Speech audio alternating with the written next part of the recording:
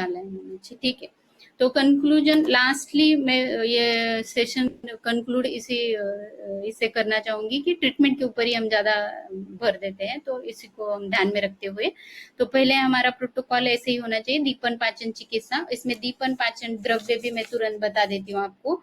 हम जनरली क्या यूज करते हैं वही बताती हूँ, आपके पास भी इजीली अवेलेबल हो जाएंगे, या ये निरोक्सीड पे भी आपको इजीली अवेलेबल मिल जाएंगे। तो दीपन पाचन में हम आम पाचक वटी, हिंगवाष्टक चूर्ण, पंचकोलासव, चित्रकादि वटी, लशुनादि वटी, ये सारे आप प्रकृति देख के रुग्ण का, जैसे पित्त प्रदान है, वात प्रदान है या कफ प्रदान है, इसके अनुसार ये तो सिंपली हमें पता चल जाता है, डिसीज वाइज नहीं, लेकिन हमें वहां पे प्रकृति देख के रुग्ण की ये पाचन चिकित्सा हमें देनी है। फिर शोधन का जब हम सोचते तो आम शोधन के लिए हमें वैतरण बस्ती का यहाँ पे यूज मिलता है। मैं एक आपको बता रही थी कि बस्ती के साथ साथ हमें विरेचन का भी इसमें फायदा एक दो केसेस में मिला है, तो विरेचन के लिए भी हम जा सकते हैं। जैसे कि वात रक्त के पेशेंट या में हमें विरेचन का फायदा मिलता है, या आमवात के सामसंधिगत वात के पेशेंट में भी हमें संशोधन चिकित्सा बताई गई है, विरेचन चिकित्सा बताई है, वहां पे भी हम यूजुअली विरेचन के लिए ये स्पाइनल कॉर्ड डिसऑर्डर्स या वात व्याधि में क्या यूज करना चाहिए, तो त्रिफला वात और एरंड स्नेह, ये कॉम्बिनेशन हम दे सकते हैं इंस्टेड ऑफ त्रिवृत्त लेह एंड ऑल दिस। तो ये कहाँ पे यूज होते हैं, ज्यादातर पित्त प्रदान व्याधियों में। तो ये एक कॉमन हमें ध्यान में रखना है अगर हम विरेचन के लिए जा रहे हैं तो। अदरवाइज बस्ती इज सफिशिएंट, बस्ती से हमारा काफी सारा काम होता है। दूसरा हमें आम का बस्ती, वैतरण बस्ती, ये ध्यान में रखना है, या क्षार बस्ती भी बताया गया है, उसे भी आप यूज कर सकते हो। वात दोष के लिए बस्ती, तो आम, उसके बाद वात दोष, क्योंकि व्याधि ही वात दोष का है, इसलिए उसको उसमें हम, जैसे मैंने एरंड मुलादी बताया, इसका यूज कर सकते हो, या वाजीगंधारी, ये दो बस्तियां मैंने बताई। और काफी सारी बस्तियां हैं, लेकिन ये दो स्पेसिफिकली इसमें बहुत यूजफुल है। स्पेसिफिकली कट्टी के ऊपर, स्पाइनल कॉर्ड के ऊपर इसका रोल हमने यहाँ पे देखा हुआ है। शमन बस्ती भी आते हैं। शमन बस्ती में हम ये तिक्त क्षीर बस्तियां जो बताई है, अस्थिमज्जागत वात जो बताया है ना, चरक सूत्र चरक चिकित्सा सनाध्याय 28 में अस्थिमज्जागत वात की चिकित्सा ही पंचकर्म है, और वहां पे पंचतिक्त बस्ती, क्षीर सर्पी ही बस्ती ही पंचतिक्तानी, बस्ती क्षीर सर्पी पंचतिक्तानी, ऐसा वहां पे सेंटेंस दिया गया अस्थिमज्जागत में। तो यहाँ हम शमन के उद्देश्य से भी देते हैं अस्थिमज्जागत वात में, और आगे चल के फिर उसको पोषण ब्रूहन के उद्देश्य से भी पंचतिक्त में हम बला, अश्वगंधा या गुड़ची तो है ही ऑलरेडी पंचतिक्त में, तो ये ऐड करके हम उसकी ब्रूहन चिकित्सा भी करते हैं। तो ये एक ध्यान में रखना है कि शमन बस्तियां, यापन बस्ती का भी हम उपयोग कर सकते हैं, लेकिन तिक्त क्षीर भी ही सफिशिएंट हो जाता है। ब्रूहन बस्तियों में धातु पोषण हमें करना है तो पंचतिक्त क्षीर बस्ती और मुस्तादी यापन के जैसे बस्तियां हम ले सकते हैं। स्नेहन के लिए हम कौन से द्रव्य यूज करें, तो स्नेहन के लिए हम धानवंतर तेल, सहचर तेल, बृहद सिंधवादी तेल, महानारायण तेल, निर्गुंडी तेल, ये तेलों का हम यहाँ पे यूज कर सकते हैं। फिर स्वेदन में क्या क्या करें, स्वेदन में हम वालू का स्वेद, तापस स्वेद, लेप चिकित्सा भी स्वेदन मिलता है। उपनाह भी हम दे सकते हैं, वातग्न उपनाह बताए गए हैं, और जहां धातु क्षय है वहां पे ब्रूहन उपनाह भी बताए गए हैं, तो ये उपनाह चिकित्सा भी हम कर सकते हैं।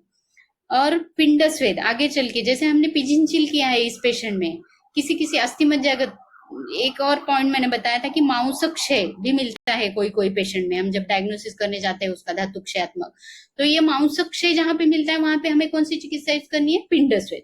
फिर आप सिंपली शालिषष्टिक पिंड स्वेद हम यूज कर सकते हैं। और अगर स्थानिक हमें वहां पे मूवमेंट की जरूरत है, जैसे पिजिनचिल हमने पूरा सर्वांग पिजिनचिल भी किया है, सर्वांग धारा स्वेद, अगर हमें स्थानिक ही वहां पे करना है तो वहां पे हम पत्रपुटली स्वेद या जंबीर पिंड स्वेद, ये स्वेदन उपक्रम भी केरलीय उपक्रम है ये, तो ये इसका भी हम यूज कर सकते हैं। अग्निकर्मी भी कर सकते हैं, रक्तमोक्षण भी करवा सकते हैं अकॉर्डिंग टू द दुष्य की कौन सी दुष्टि है इसके अनुसार। कषाय स्वेद में, जैसे पिजिनचिल में हमने स्नेह धारा स्वेद दिया था, यहाँ पे उसकी जगह पे अगर आपको शमन, अगर यहाँ पे स्नेह की जरूरत नहीं है, रुक्षण ही करना है, तो वहां पे हमें लेकिन धारा श्वेत का ही जरूरी है, तो हमें धान्याम्ल धारा, कांजी धारा या दशमूल कषाय की सिंपल धारा भी हम वहां पे दे सकते हैं। हमने इस पेशेंट में दोनों भी किए थे, लेकिन कषाय धारा से अनुक्षय आ रहा था और स्नेह धारा से हमें उपशय मिल रहा था, तो उसको स्नेह की जरूरत थी शोधन पश्चात, इसलिए पिजिनचिल का वहां पे ज्यादातर यूज किया गया है। अभ्यंतर चिकित्सा में, शमन चिकित्सा में हम क्या क्या दे सकते हैं? सिंहनाथ गुगुल है, अमवात होगा तो डायरेक्टली, अमृता गुगुल भी है अगर वात रक्त है या अमवात है, दोनों में भी यूजफुल है। केशर गुगुल है अगर सोरियाटिक अर्थराइटिस के जैसे भी सिम्टम्स है या फिर स्किन के कोई उसका उदर के स्वरूप में हुआ है, तो वहां पे केशर गुगुल दोनों तरफ हमें काम करते हुए मिलेगा। और बहुत कॉमनली हम यूज करते हैं वो योगराज गुगुल। और आगे चल के जब हम उसकी नेक्स्ट स्टेप में जाएंगे, जैसे धातु पोषण के लिए या धातु पाचन के लिए, अग्निमांद्य दूर करने के लिए, तो उसमें हम महायोगराज गुगुल या पंचतिक्त घृत गुगुल का वहां पे हम यूज कर सकते हैं। आसवारिष्ट में हम अमृतारिष्ट, महारासनादिक्वात और वाजीगंधादिक्वात, जो वाजीगंधादि के कंटेंट बताए हैं वो क्वात स्वरूप में अभ्यंतर भी हम पेशेंट को सुलग्न करके दे सकते हैं। अनुलोमन के लिए रात में अगर बस्ती भी चालू है फिर भी पेशेंट को बहुत बार कॉन्स्टिपेशन या मलबद्धता ये लक्षण मिलता है, तो ये बहुत बार कॉमनली प्रश्न पूछा जाता है कि बस्ती दे रहे फिर भी हम ये देना चाहिए क्या, अनुलोमन द्रव्य देने चाहिए क्या? तो शुरुआत में शोधन होने तक हमें कभी कभी जरूरत पड़ती है मल विबंध दूर करने की, क्योंकि हमारे बस्ती भी देने से पहले मार्ग में अवरोध, मल का अवरोध नहीं होना चाहिए ऐसे बताया गया है, इसलिए पहले वो मार्ग का अवरोध भी दूर करना, मतलब मल शोधन, डायरेक्ट मल शोधन। और हमारा कौन सा एरंड जो है वो डायरेक्ट महास्रोतस में मल शुद्धि का, मल शोधन का काम करता है, दोषों की जगह पे यहाँ पे मल शोधन का काम यहाँ पे होता है। लास्ट में जो मैंने बताया था कि अपुनर्भव चिकित्सा के लिए आगे चल के ये उनका ये स्पाइन जो है, वर्टिब्रा जो है, ये ठीक रहने के लिए उसका धातु बल, अस्थि का, मज्जा का बल जो है वो मेंटेन रखने के लिए और व्याधि पुनः न हो इसके लिए हमें रसायन चिकित्सा देनी है।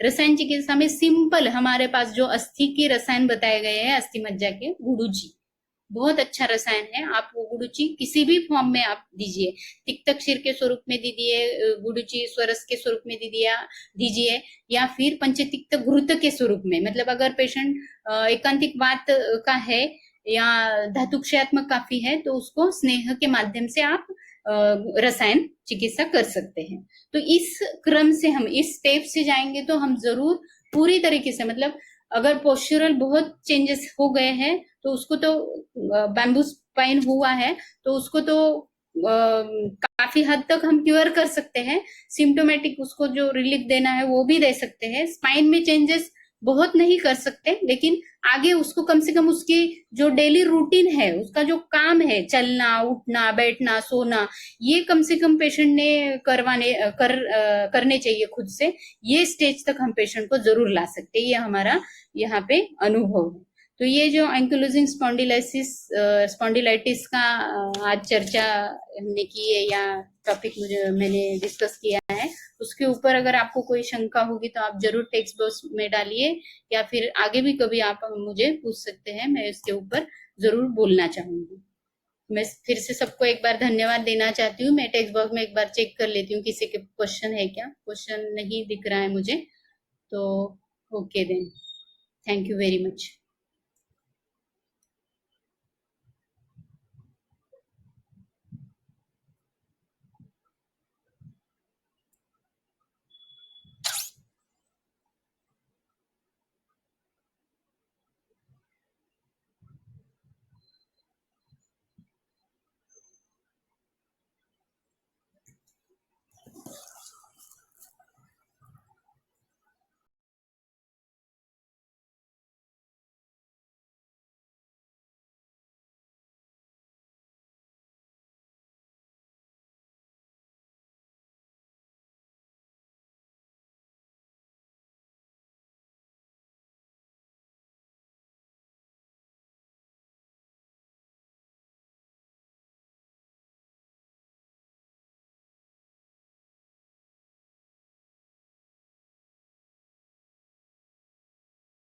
है उसे भी आप यूज कर सकते हो।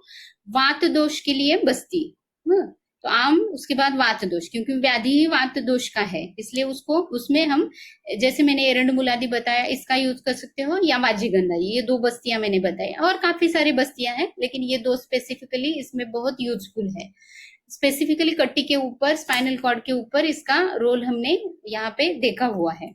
शमन बस्ती भी आते हैं। शमन बस्ती में हम ये तिक्त क्षीर बस्तियां जो बताई है, अस्थिमज्जागत वात जो बताया है ना, चरक सूत्र चरक चिकित्सा सनाध्याय 28 में, अस्थिमज्जागत वात की चिकित्सा ही पंचकर्म है, और वहां पे पंचतिक्त बस्ती, क्षीर सर्पी ही बस्ती ही पंचतिक्तानी, बस्ती क्षीर सर्पी पंचतिक्तानी, ऐसा वहां पे सेंटेंस दिया गया अस्थिमज्जागत में। तो यहाँ हम शमन के उद्देश्य से भी देते हैं अस्थिमज्जागत वात में, और आगे चल के फिर उसको पोषण ब्रूहन के उद्देश्य से भी पंचतिक्त में हम बला, अश्वगंधा या गुड़ची तो है ही ऑलरेडी पंचतिक्त में, तो ये ऐड करके हम उसकी ब्रूहन चिकित्सा भी करते हैं। तो ये एक ध्यान में रखना है कि शमन बस्तियां, यापन बस्ती का भी हम उपयोग कर सकते हैं, लेकिन तिक्त क्षीर भी ही सफिशिएंट हो जाता है। ब्रूहन बस्तियों में धातु पोषण हमें करना है तो पंचतिक्त क्षीर बस्ती और मुस्तादी यापन के जैसे बस्तियां हम ले सकते हैं। स्नेहन के लिए हम कौन से द्रव्य यूज करें, तो स्नेहन के लिए हम धानवंतर तेल, सहचर तेल, बृहद सिंधवादी तेल, महानारायण तेल, निर्गुंडी तेल, ये तेलों का हम यहाँ पे यूज कर सकते हैं। फिर स्वेदन में क्या क्या करें, स्वेदन में हम वालुका स्वेद, तापस्वेद, लेप चिकित्सा भी स्वेदन मिलता है। उपनाह भी हम दे सकते हैं, वातग्न उपनाह बताए गए हैं, और जहां धातु क्षय है वहां पे ब्रूहन उपनाह भी बताए गए हैं, तो ये उपनाह चिकित्सा भी हम कर सकते हैं। और पिंड स्वेद आगे चल के, जैसे हमने पिजिनचिल किया है इस पेशेंट में, किसी अस्थिमज्जागत, एक और पॉइंट मैंने बताया था कि मांसक्षय भी मिलता है कोई कोई पेशेंट में, हम जब डायग्नोसिस करने जाते हैं उसका धातु क्षयात्मक, तो ये मांसक्षय जहां पे मिलता है वहां पे हमें कौन सी चिकित्सा यूज करनी है, पिंड स्वेद। फिर आप सिंपली शालिषष्टिक पिंड स्वेद हम यूज कर सकते हैं। और अगर स्थानिक हमें वहां पे मूवमेंट की जरूरत है, जैसे पिजिनचिल हमने पूरा सर्वांग पिजिनचिल भी किया है, सर्वांग धारा स्वेद, अगर हमें स्थानिक ही वहां पे करना है तो वहां पे हम पत्रपुत्तली स्वेद या जंबीर पिंड स्वेद, ये स्वेदन उपक्रम भी केरलीय उपक्रम है ये, तो ये इसका भी हम यूज कर सकते हैं। अग्निकर्मी भी कर सकते हैं, रक्तमोक्षण भी करवा सकते हैं, अकॉर्डिंग टू द दुष्य की कौन सी दुष्टि है इसके अनुसार। कषाय स्वेद में, जैसे पिजिनचिल में हमने स्नेह धारा स्वेद दिया था, यहाँ पे उसकी जगह पे अगर आपको शमन, अगर यहाँ पे स्नेह की जरूरत नहीं है, रुक्षण ही करना है, तो वहां पे हमें लेकिन धारा स्वेद का ही जरूरी है, तो हमें धान्याम्ल धारा, कांजी धारा या दशमूल कषाय की सिंपल धारा भी हम वहां पे दे सकते हैं।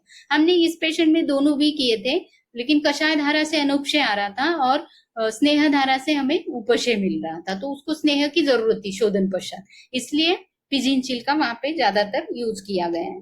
अभ्यंतर चिकित्सा में, शमन चिकित्सा में हम क्या क्या दे सकते हैं, सिंहनाथ गुगुल है, अमवात होगा तो डायरेक्टली, अमृता गुगुल भी है अगर वातरक्त है या अमवात है, दोनों में भी यूजफुल है। केशर गुगुल है अगर सोरियाटिक अर्थराइटिस के जैसे भी सिम्टम्स है, या फिर स्किन के कोई उसका उदर स्वरूप में हुआ है, तो वहां पे केशर गुगुल दोनों तरफ हमें काम करते हुए मिलेगा। और बहुत कॉमनली हम यूज करते हैं वो योगराज गुगुल। और आगे चल के जब हम उसकी नेक्स्ट स्टेप में जाएंगे, जैसे धातु पोषण के लिए या धातु पाचन के लिए, अग्निमांद्य दूर करने के लिए, तो उसमें हम महायोगराज गुगुल या पंचतिक्त घृत गुगुल का वहां पे हम यूज कर सकते हैं। आसवारिष्ट में हम अमृतारिष्ट, महारासनादिक वात और वाजीगंधादिक वात, जो वाजीगंधादि के कंटेंट बताए हैं वो क्वाथ स्वरूप में अभ्यंतर भी हम पेशेंट को सुलग्न करके दे सकते हैं। अनुलोमन के लिए रात में अगर बस्ती भी चालू है फिर भी पेशेंट को बहुत बार कॉन्स्टिपेशन या मलबद्धता ये लक्षण मिलता है, तो ये बहुत बार कॉमनली प्रश्न पूछा जाता है कि बस्ती दे रहे फिर भी हम ये देना चाहिए क्या, अनुलोमन द्रव्य देने चाहिए क्या। तो शुरुआत में शोधन होने तक हमें कभी कभी जरूरत पड़ती है मल विबंध दूर करने की, क्योंकि हमारे बस्ती भी देने से पहले मार्ग में अवरोध, मल का अवरोध नहीं होना चाहिए ऐसे बताया गया है, इसलिए पहले वो मार्ग का अवरोध भी दूर करना, मतलब मल शोधन, डायरेक्ट मल शोधन। और हमारा कौन सा एरंड जो है वो डायरेक्ट महास्रोतस में मल शुद्धि का मल शोधन का काम करता है। दोषों की जगह पे यहाँ पे मल शोधन का काम यहाँ पे होता है। लास्ट में जो मैंने बताया था कि अपुनर्भव चिकित्सा के लिए आगे चल के ये उनका ये स्पाइन जो है, वर्टिब्रा जो है, ये ठीक रहने के लिए उसका धातु बल, अस्थि का, मज्जा का बल जो है वो मेंटेन रखने के लिए और व्याधि पुनः न हो, इसके लिए हमें रसायन चिकित्सा देनी है।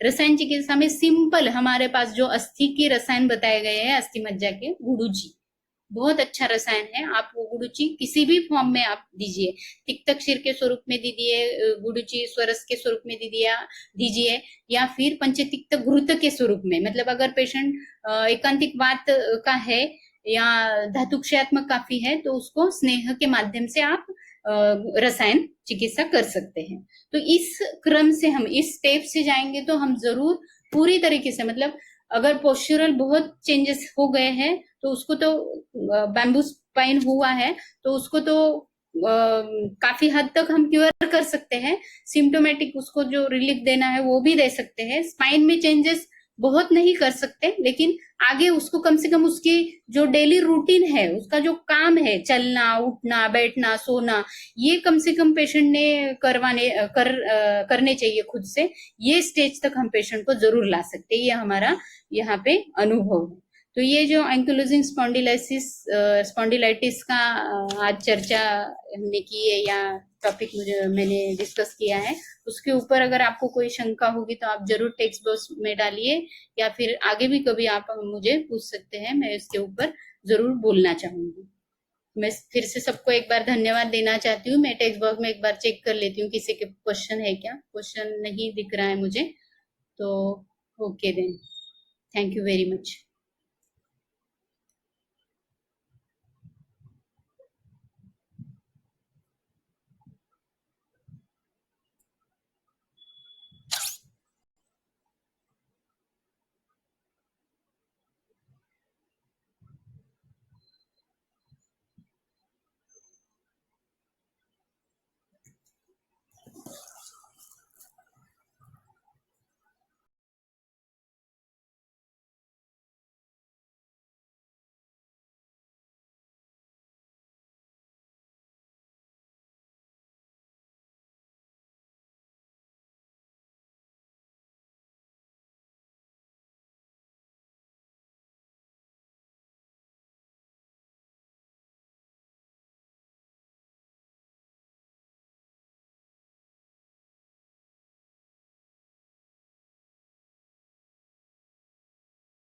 बल जो है वो मेंटेन रखने के लिए और व्याधि पुनः न हो, इसके लिए हमें रसायन चिकित्सा देनी है।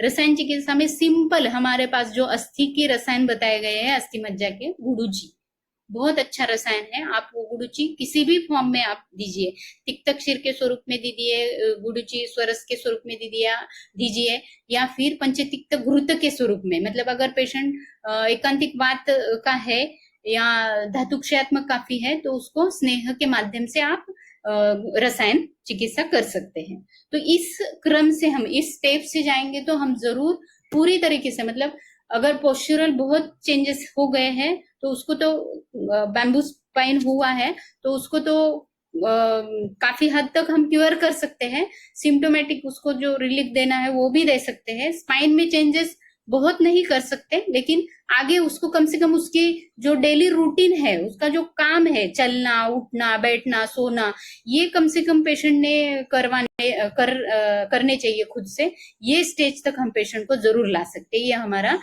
यहाँ पे अनुभव है। तो ये जो एंकिलोजिंग स्पॉन्डिलाइटिस का आज चर्चा हमने की है या टॉपिक मैंने डिस्कस किया है, उसके ऊपर अगर आपको कोई शंका होगी तो आप जरूर टेक्स्ट बॉक्स में डालिए, या फिर आगे भी कभी आप मुझे पूछ सकते हैं, मैं इसके ऊपर जरूर बोलना चाहूंगी।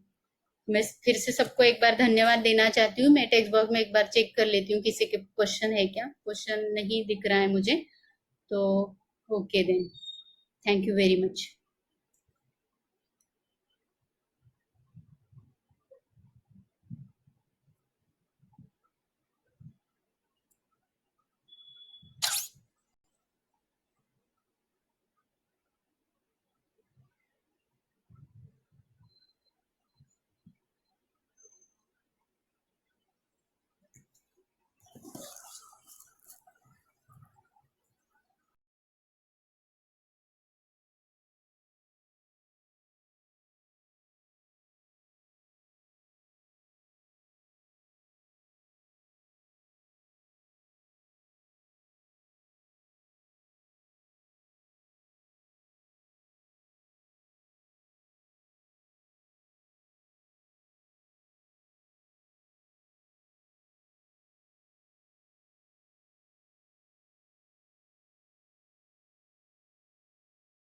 दिमाग में ये चीजें रहती है, लेकिन थोड़ा सा हमेशा पुश ऑन करने की जरूरत रहती है कि ये मोटिवेट होना जरूरी है कि चिकित्सा पद्धति में हमारा पंचकर्म का महत्व या आयुर्वेद चिकित्सा का महत्व क्या क्या है। इसी के लिए सिर्फ मैं थोड़ा थोड़ा बहुत बोलना चाहूंगी इसके लिए। तो स्वस्थस्य स्वास्थ्य रक्षणम आतुरस्य व्याधि परिमोक्षः, ये है हम एक फर्स्ट डे से पढ़ते आ रहे हैं, सुनते आ रहे हैं, और हमारा एम भी यही है। जब हम इम्पोर्टेंस के बारे में बोलते हैं तो इम्पोर्टेंस कब है, उसके एम तक हम जब जाते हैं, फुलफिल करते हैं, हम प्राप्त कर लेते हैं किसी चीज को, तो ही उसका इम्पोर्टेंस रहता है। तो यही बात है यहाँ पे, हमारी पैथी की रहने दो या पंचकर्म चिकित्सा की या अन्य कोई भी चिकित्सा की, तो उनका जो एम है, तो हमारा एम क्या है, आतुरस्य व्याधि परिमोक्षः, ये एक एम है, ये सारी पैथियों का कॉमन एम है। और हमारा दूसरा जो एम है वो स्वस्थस्य स्वास्थ्य रक्षण, इट इज वेरी इंपॉर्टेंट। स्वास्थ्य रक्षण जो है उसको हमने किस हद तक समझ के लेना चाहिए, स्वास्थ्य यानी क्या है। तो जो healthy life, healthy body and healthy mind, ये दोनों भी चीजें स्वास्थ्य में आती है। तो ये यहाँ तक ही सीमित नहीं है। तो स्वास्थ्य की परिभाषा जो की जाती है, जो कि आगे विकृति के ऊपर भी काम कर रहा है, तो स्वास्थ्य प्राप्त करने के लिए ही विकृति दूर करनी है, न कि सिर्फ डिसीज क्योर करने के लिए। आगे चल के वो डिसीज नहीं होना चाहिए, और किसी भी तरीके का हमारे इसमें दोष दुष्टि या धातु दुष्टि नहीं होनी चाहिए। इसकी जो कोई परिचर्या या चिकित्सा बताई गई है वो हमारे शास्त्र में बताई गई है, आयुर्वेद पद्धति में। और इसीलिए स्वास्थ्य यानी दोष धातु मल साम्यावस्था को हम स्वास्थ्य कहते हैं। ये हम सब जानते हैं कि विकृति होती है मतलब क्या है, कि दोष दुष्य समूर्छना जनित तो व्याधि ही, मतलब क्या है कि दोष दुष्य समूर्छना, केवल दोष से व्याधि नहीं होगा, केवल दुष्य से भी व्याधि नहीं होगा। और जब तक दोष दूषित नहीं होते और वो दुष्यों को दूषित नहीं करते, व्याधि नहीं होती है। काफी सारे लेक्चर्स में आपने देखा होगा, यहाँ पे भी वही कंसेप्ट से हम जाने वाले हैं। सिद्धांत पहले मैं बताना इसीलिए चाह रही हूँ कि आगे चल के हमारा एक चिकित्सा का प्रोटोकॉल है, और इसमें ये सारी चीजें हमें इम्पोर्टेंट महत्व देती है या हेल्प करेगी ये सारी चीजें। और इसीलिए हमारा एम क्या होना चाहिए, दोष धातु मल साम्यावस्था, न कि केवल दोषों को साम्यावस्था में रखना है, न कि केवल दुष्यों को साम्यावस्था में रखना है, और न कि केवल मल को। मल के बारे में तो सोचा भी नहीं जाता है, ओनली सिर्फ अष्टविध परीक्षा में एक मल प्रवर्तन कैसा होता है और ठीक होता है नहीं होता है, यहाँ तक ही सीमित रह जाता है। लेकिन उसके भी, मल के भी हमारे शरीर में कार्य है, प्राकृत कार्य है, मल निस्सरण किस तरीके से प्राकृत रीत्या होना चाहिए, ये सारे परीक्षण दिए गए हैं, और उनको भी साम्यावस्था में रखना, ये भी हमारा स्वास्थ्य का उद्देश्य है। तभी स्वास्थ्य प्राप्त होने वाला है, दोष धातु मल साम्यावस्था। अभी हम जो जिस पैंडेमिक से गुजर रहे हैं हम सब लोग, उसमें हम अभी बहुत सुन रहे हैं कि हमारा शास्त्र कैसे काम करेगा। तो हम बोलेंगे हमारी इम्यूनिटी बढ़ाने के लिए हमारा शास्त्र की चिकित्सा पद्धति का उपयोग होगा, और उस तरीके के प्रोटोकॉल भी बनाए गए हैं, और हम कोशिश भी वही कर रहे हैं। लेकिन यहाँ पे सिर्फ जनरल इम्यूनिटी के बारे में हम सोच रहे हैं क्या? जनरल इम्यूनिटी के बारे में हमें पहले से ही, जनरल इम्यूनिटी मतलब क्या है, स्वास्थ्य। अगेन इम्यूनिटी मतलब क्या है, तो रोग प्रतिकार क्षमता यानी क्या है कि हमारे जो हम, क्योंकि हमारा सिद्धांत ही उसके ऊपर है, त्रिदोष सिद्धांत, धातु सिद्धांत, ये सारे सिद्धांत के ऊपर ही हम चलते हैं, न कि विटामिन या ये सारी चीजें, मल्टीविटामिन, ये सब तो लेना है सप्लीमेंट्री, जब जैसे बता रहे हैं उनका एक प्रोटोकॉल है, उस तरीके से जाना है तो जा भी सकते हैं। लेकिन हम जब आयुर्वेद की तरह से जाते हैं, आयुर्वेद चिकित्सा पद्धति से जाते हैं, तो हमें ये चीज अवश्य ध्यान में रखनी चाहिए कि इम्यूनिटी यानी क्या है, रोग प्रतिकार क्षमता यानी यहाँ पे हम क्या कर रहे हैं, तो दोष धातु और मल, इनको अपने प्राकृत स्वरूप में शरीर में रखना है, मेंटेन करके भी रखना है। तो इसमें इनके मेंटेनेंस के लिए जो चिकित्सा बताई गई है अपने शास्त्र में, वो भी पंचकर्म है, और दिनचर्या में बताया गया है, ऋतुचर्या में बताया गया है। अब इसके आगे जाके मैं बोलना चाहूंगी कि जो इस पैंडेमिक में हम फेस कर रहे हैं, कि प्राणवह स्रोत की इम्यूनिटी बढ़ाने के लिए भी हम कुछ कुछ चीजें बता रहे हैं अभी, जैसे कि प्राणायाम, प्राणवायु स्रोतों की इम्यूनिटी बढ़ाने के लिए प्राणायाम करने का बता रहे हैं, योगा करने के लिए बता रहे हैं, एक्सरसाइज करने के लिए बता रहे हैं, और कुछ आयुष क्वाथ या ये सारी चीजें जो हम काढ़े वगैरह दे रहे हैं पेशेंट को, तो ये डायरेक्टली प्राणवायु स्रोतों की इम्यूनिटी। अब जब स्रोतों की इम्यूनिटी या धातुओं की इम्यूनिटी मतलब क्या है, तो उनको उनके प्राकृत स्वरूप में रखना है, फिजियोलॉजिकली एंड एनाटॉमिकली, क्रियात्मक और अवयवात्मक। तो ये चीज बहुत इंपॉर्टेंट है, अवयवात्मक। इसी के लिए मैं ये सारा बता रही हूँ कि हम जब सोचते हैं, हम जब जाते हैं दोषों की तरफ, तो दोषों की चिकित्सा तो हम बहुत इजीली बताते भी है और सोचते भी है और करते भी है कि ये वात का व्याधि दिख रहा है या पित्त का है, ये कफ का है। उसके आगे हम कैसे सोचना चाहिए, तो दोषों से कौन सी दुष्य विकृत हुए। अभी दुष्य यानी यहाँ पे क्या बोल सकते हैं हम, दुष्य यानी सिर्फ सप्त धातु नहीं, तो जो स्रोतस है, सूक्ष्म स्रोतस है शरीर में, वो स्रोतस भी और अवयव भी ध्यान में लीजिए। हर कोई अवयव, जैसे लीवर है, लंग्स है, स्टमक है, आमाशय, ग्रहणी या इंटेस्टाइन्स या पक्वाशय, ये सारे जो भी अवयव आते हैं, उनको उनका अपना अपना प्राकृतिक कार्य है, उनको फिजियोलॉजिकली और एनाटॉमिकली फिट रखना भी हमारा कर्तव्य है और हमारा स्वास्थ्य टिकाने की दृष्टि से महत्व है। तो ये सब क्यों जानना है हमें, तो सिर्फ धातु दुष्ट तक पहुंच के भी हमारा नहीं होने वाला है, उसके आगे चल के हमें और क्या करना है, ख वैगुण्य कहाँ पे है उसे दूर करना है। और ये जब तक हम दूर नहीं करेंगे तब तक व्याधियां पुनः पुनः होती जाएगी, रुग्ण हमारे पास पुनः पुनः आता जाएगा। और ये जो बताने की मेरी कोशिश किस लिए है, तो अपुनर्भव चिकित्सा इज अ वेरी इंपॉर्टेंट चिकित्सा। और ये अपुनर्भव चिकित्सा किससे साध्य होती है, हमारे इसमें शास्त्र में बताया गया है, यह है पंचकर्म से। जो एक सूत्र हम चरक सूत्र स्थान अध्याय 16 में पढ़ते हैं ना, हमेशा पढ़ाई की है हमने, उसमें से दोषाः कदाचित कुप्यन्ति जीता लंगन पाचनैः एतु संशोधनैः शुद्धां न तेषां पुनरुद्भवाः। मतलब शमन चिकित्सा, दीपन, पाचन लंघन, ये सारी चिकित्साएं या अनेक अन्य चिकित्सा करने से फिर भी अभी रिलीफ मिलेगा, व्याधि ठीक हुआ ऐसा लगेगा, लेकिन फिर से व्याधि लेके पेशेंट आता है हमारे पास, ये हमने काफी बार अनुभव किया है। इसीलिए अपुनर्भव चिकित्सा इज इम्पोर्टेंट और इसीलिए पंचकर्म चिकित्सा का यहाँ पे महत्व है। अब ये सारा क्यों बता रही हूँ मैं, क्योंकि हमारा जो आज का टॉपिक है एंकिलोजिंग स्पॉन्डिलोसिस, ये भी ऐसा ही टॉपिक है। इसमें दोष तो है, कौन सा है, एकदम क्लियर कट है कि दोषों के तरीके से हम इसको वात व्याधि सोचते हैं, और आगे इसमें जो अवयवात्मक डिफॉर्मिटी है, दैट इज द ओनली व्याधि प्रत्यनिक लक्षण हम जो बोलते हैं वो दिखाई देता है। अदरवाइज ये कॉमन हमारा वात व्याधि की तरह ही वात व्याधि है। इतना सिंपल लग रहा है, लेकिन हमारे पास पेशेंट, काफी सारे पेशेंट जो आते हैं एंकिलोजिंग स्पॉन्डिलोसिस डायग्नोसिस करके ही आते हैं,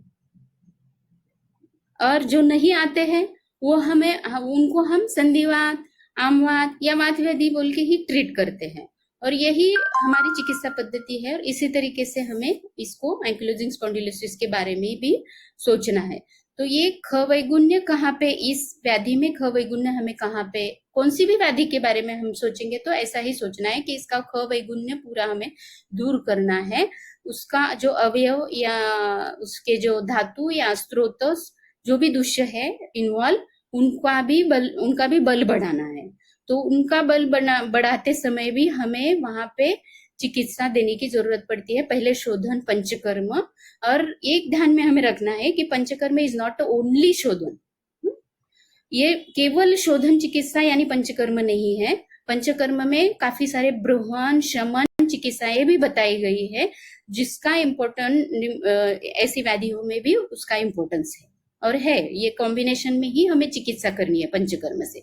अभी मैं पंचकर्म विषय पढ़ाती हूँ, देखती हूँ, इसलिए मुझे कौन सा भी व्याधि आया तो पंचकर्म ही सूझता है, और इसीलिए मैं यहाँ पे उसी के बारे में ज्यादा बोलूंगी। अगर शमन चिकित्सा में भी आपको कुछ पूछना रहेगा तो आप इसमें अपने टेक्स्ट बॉक्स में डाल सकते हैं, हम उसके तरीके से मैं आपको आंसर करने की कोशिश करूंगी। तो ये दो चीजें हमें ध्यान में रखनी है, general immunity built up and specific immunity built up हम बोलेंगे, या स्पेसिफिक अवयव के अनुसार उनका भी इम्यूनिटी बिल्ड करने की जरूरत हमें रहती है।